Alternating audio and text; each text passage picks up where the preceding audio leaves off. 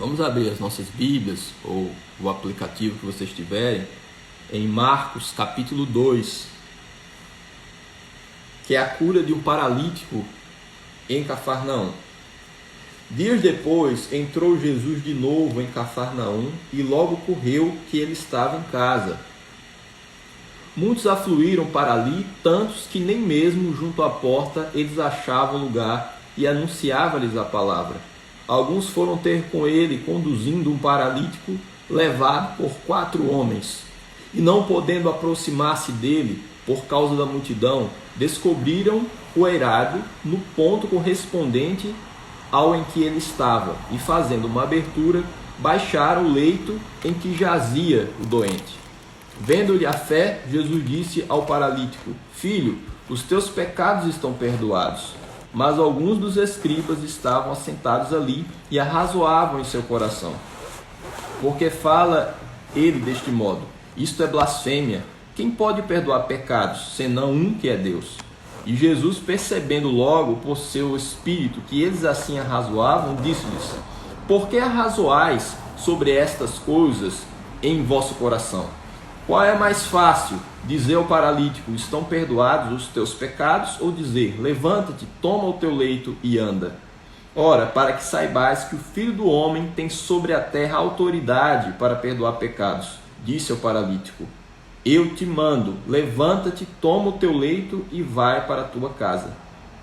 Então ele se levantou e no mesmo instante, tomando o leito, retirou-se à vista de todos, a ponto de se admirarem todos e darem glória a Deus, dizendo: jamais vimos coisa assim.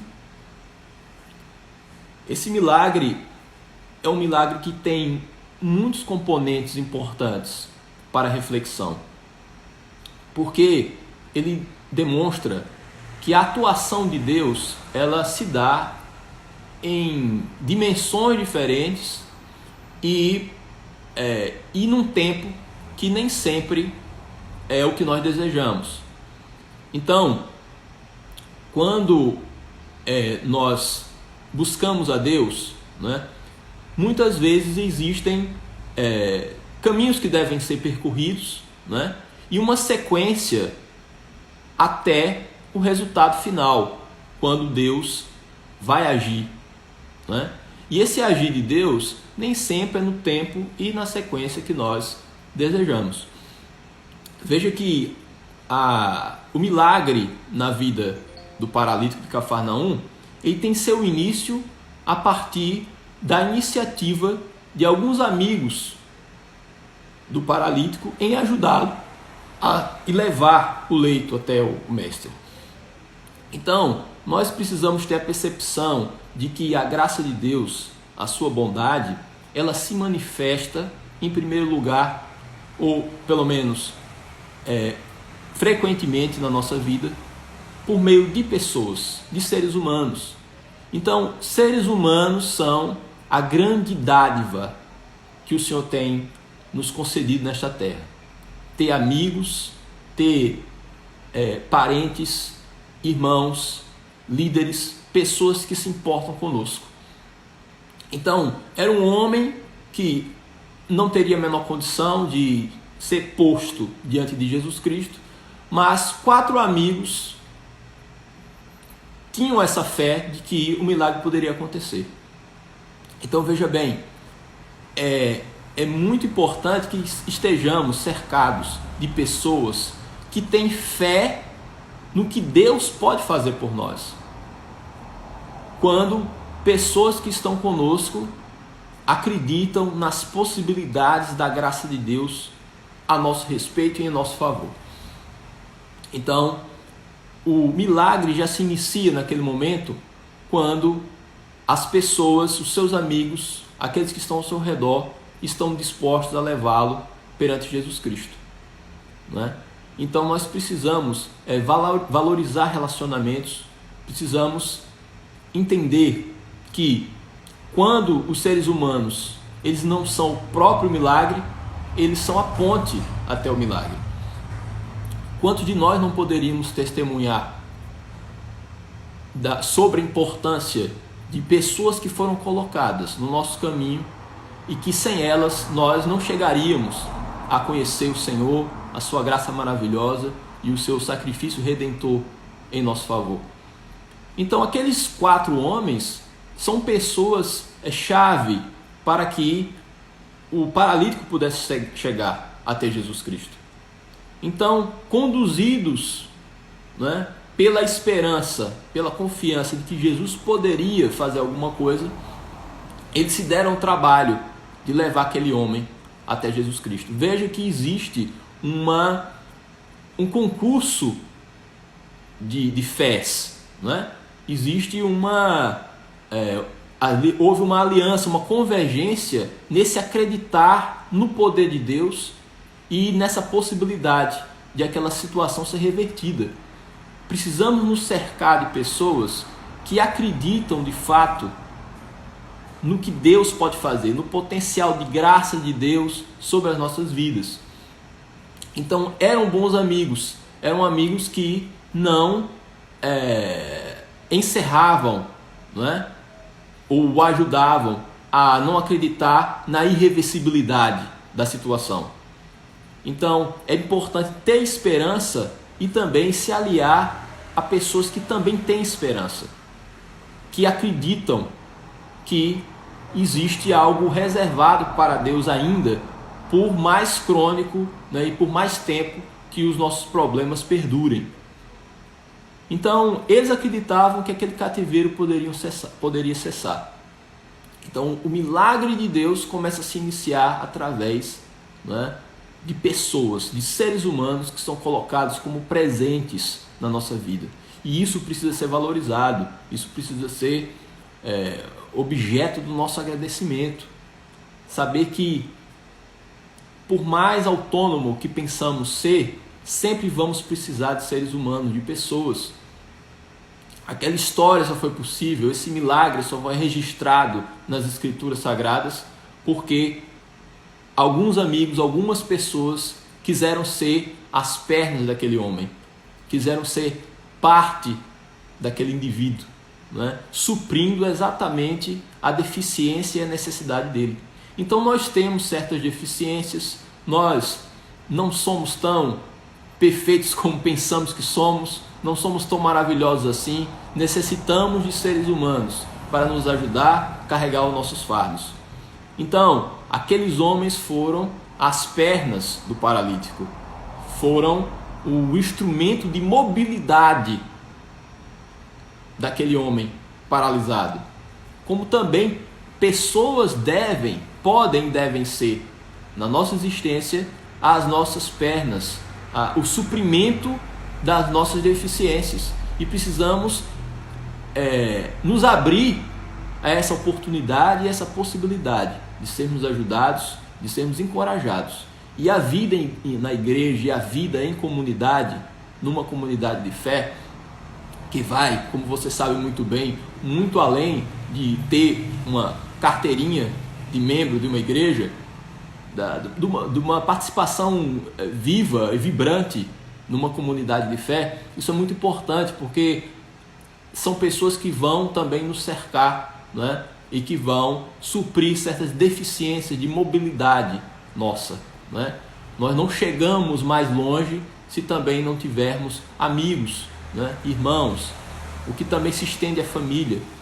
Precisamos compartilhar a nossa fé, as nossas necessidades.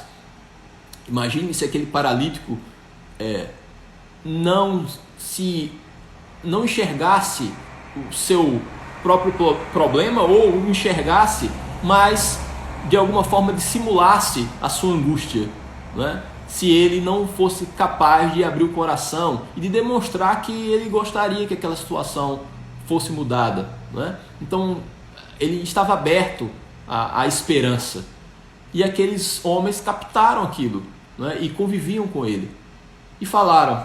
E isso eu estou no nível da conjectura, porque a Bíblia não fala isso explicitamente, mas eles anunciaram, eles que tinham plena mobilidade e não eram portadores da deficiência, caminhavam pelo lugar, caminhavam pela cidade, né? E já sabiam do boato sobre Jesus Cristo, que efetuava maravilhas indistintamente, né? Em que ele vazava graça e era compassivo para com os angustiados. E aí falaram, tem um homem aí que é capaz de fazer essas coisas. Vamos lá?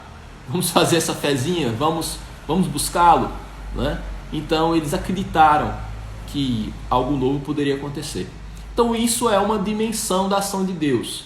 É quando nós nos cercamos de pessoas que podem nos ajudar e não nos fechamos à oportunidade de sermos ajudados do ponto de vista espiritual também.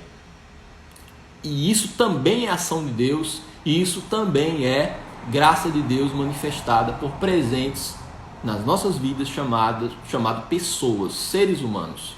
E precisamos valorizar relacionamentos. Essa é a primeira, talvez uma das lições, né, mais importantes que nós precisamos aprender, porque eu e você muitas vezes podemos bancar de independentes, né? E isso, do ponto de vista do Evangelho, né, e do que o Senhor nos ensinou, não é bom, não se harmoniza com a palavra de Deus, né? Necessitamos uns dos outros e precisamos estar abertos a sermos ajudados.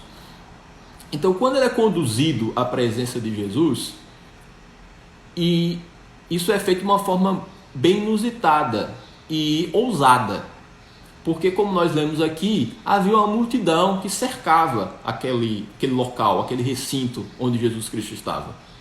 Então eles usaram de uma esperteza, de um ardil. Eles abriram, né, o teto e desceram aquele homem diante de Jesus Cristo. E também é evidente que quando você leva alguém com uma enfermidade dessa espécie, ele era um paralítico. Jesus Cristo tinha a fama de curar todo e qualquer problema. Qual a expectativa de resultado numa situação como essa? Ora, que o homem voltasse a andar. Só que, como nós conhecemos, você já deve conhecer o texto, não foi exatamente isso que aconteceu. Pelo menos não no momento pretendido. Na hora que desceu o leito, Jesus Cristo falou, para surpresa de todos: os teus pecados são perdoados. Os teus pecados são perdoados. Isso é importante entendermos porque a prioridade ou as prioridades de Deus nem sempre batem com as nossas prioridades. Então Deus age num tempo e numa sequência que não é exatamente aquela que nós planejamos. Porque, afinal de contas, eu e você não podemos traçar um roteiro e um script para Deus. Então, no momento em que o leito é colocado em frente, né, a Jesus Cristo, perante Jesus Cristo, quando estamos face a face com Ele em oração, na realidade nós estamos nos colocando à disposição do diagnóstico dele. Ou seja, ele que vai ter que dizer como e quando as coisas serão realizadas. Ele conhece muito bem a nossa angústia, aquilo que nos traz peso sobre os ombros e que traz um desconforto ao nosso coração. Mas, afinal de contas, se nós o buscamos, vamos deixar que ele dê o diagnóstico, vamos deixar que ele dê o tratamento, vamos acreditar que o ritmo de atuação de Deus é o ritmo correto, porque, afinal de contas, ele é o Todo-Poderoso. Eu lembro que há uns anos atrás eu fui a um médico, fui num centro desses de emergência. Eu estava com dor de garganta, episódios que eu tinha, há muito tempo que eu não tenho isso, graças a Deus, mas eu tinha com frequência, e eu fui lá, e quando eu busquei o médico, eu fui um paciente bem diligente, porque eu já vinha com a solução embutida na consulta. Então eu disse: eu vim aqui para o senhor passar um antibiótico para mim, e eu expliquei e até indiquei qual era o antibiótico pela experiência que eu tinha, né, com essa situação. E o médico falou indiretamente, mas em outras palavras, ele falou: então por que você veio aqui? Quem é o médico? Sou eu ou sou você? eu vou te examinar e eu vou dizer o que você tem que tomar, o que você tem que fazer, se for preciso. Então, se o médico, e se foi desrespeitoso em relação ao médico, tratá-lo dessa forma, eu que não tenho diploma de medicina, e fui dizer, o que eu preciso apenas é que o senhor coloque aqui, nessa receita, a sua assinatura do medicamento que eu já sei qual deve ser utilizado, né? Então, só põe a assinatura e o carimbo naquilo que eu já conheço e que eu sei que é melhor para mim. Então não é um jeito respeitoso, para dizer o mínimo, né, de lidar com Deus em oração e na nossa busca. Por mais que Ele conheça a nossa angústia, nós precisamos nos submeter ao seu diagnóstico. E quando Deus faz certas coisas na minha vida, na sua vida, às vezes nós não conseguimos identificar o que de fato está sendo feito. Porque veja, no momento em que ele diz, perdoados são os seus pecados, houve um burburinho, né? Houve um certo escândalo por parte dos fariseus e dos religiosos da época, porque o entendimento é que só Deus pode perdoar pecados. Então aquilo ali trouxe um desconforto geral pela fala de Jesus, né? Mas é claro, dizer os seus pecados são perdoados, do ponto de vista externo, de visualização, nada aconteceu. Porque como você pode provar que Jesus Cristo não perdoou os pecados? E aí Cristo disse, o que é mais fácil dizer? Perdoar são os seus pecados ou levanta-te, toma o teu leito e anda? Então, o perdoar os pecados é uma coisa que ninguém pode provar que não aconteceu, né? Então não tem um efeito externo, visível, né? Não é algo palpável. Ficou uma coisa meio subjetiva, estão perdoados os seus pecados? Só que nós sabemos que esse foi o maior evento da vida daquele homem em toda a sua história, porque os seus pecados foram perdoados. Então, a maior bênção e a ação mais importante de Deus, ela se deu numa sequência que não foi desejada pelo paralítico de Cafarnaum e de uma forma que não poderia ser vista, porque perdão dos pecados não é uma coisa que a gente fotografa, não é uma coisa que dá para filmar. Você pode filmar um paralítico que levanta e anda, e é algo admirável. Mas o perdão de pecados é uma coisa muito abstrata, mas é a mais importante de todas. Então, quando nós buscamos a Deus, nós nos submetemos a um diagnóstico que só Jesus Cristo pode dar, no tempo que Ele quer, do modo que Ele quer, na sequência que Ele entende que é correta. E acredite, é o melhor para nós. O importante é fazer todo o esforço para estar face a face com Ele. E foi o que eles fizeram. Então, Jesus Cristo elogiou a ousadia, porque sabiam o seguinte, olha, no momento que você estiver com Jesus, é a sua oportunidade. Não sabemos exatamente o que vai acontecer, mas estar com Ele é algo indispensável e é uma questão de vida ou morte, e vamos levar você até lá. Então, essa ação de Deus que se dá silenciosamente, em geral, é a mais importante no nosso processo de busca a Deus, né? Enquanto nós não podemos entender o que está acontecendo, mas estamos buscando, existe uma ação principal de Deus, né? Então, entre a descida, né? Está face a face com Deus, aquele homem que se apresenta diante de Jesus, e o resultado esperado, que seria ser curado da sua paralisia, não existe um vazio de atuação de Deus entre essas duas coisas. Deus está agindo, o perdão de pecados está sendo operado, talvez o amadurecimento espiritual que Deus está operando. Então, se você está buscando a Deus e o resultado não aconteceu ainda, entre essas duas coisas, talvez o que é mais importante Deus esteja operando. E no momento daquele homem foi o perdão dos seus pecados. Então Deus está trabalhando de forma extraordinária, silenciosa, não fotografável. Então nós precisamos entender isso definitivamente. Tem uma passagem no livro de Daniel, e quando Daniel começou a buscar a Deus em jejum e oração, ele fez 21 dias de oração, de jejum e oração, 3 semanas.